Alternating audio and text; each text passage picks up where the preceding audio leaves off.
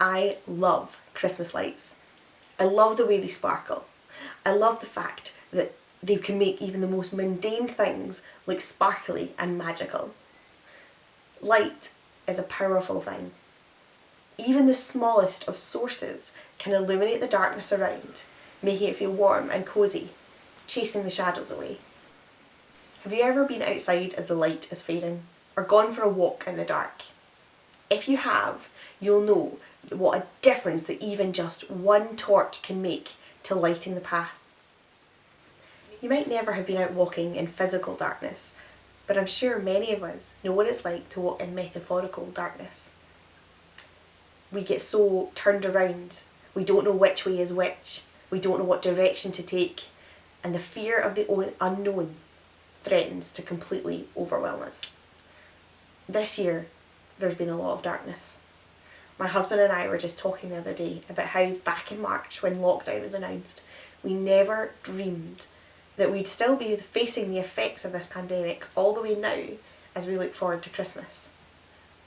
But remember, even in the darkest of situations, what that one small source of light can do. In the Old Testament, the people of Israel were walking in darkness. They were waiting for the end of their oppression so that they would be able to live freely once again. The prophet Isaiah says this: "The people walking in darkness have seen a great light.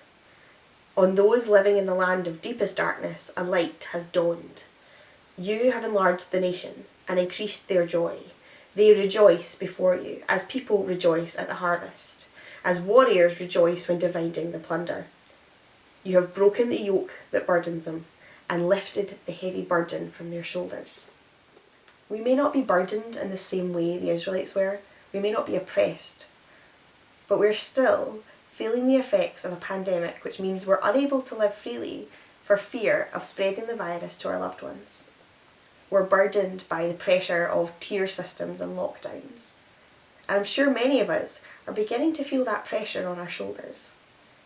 But like the prophet Isaiah says, a light is coming that will lift that heavy burden.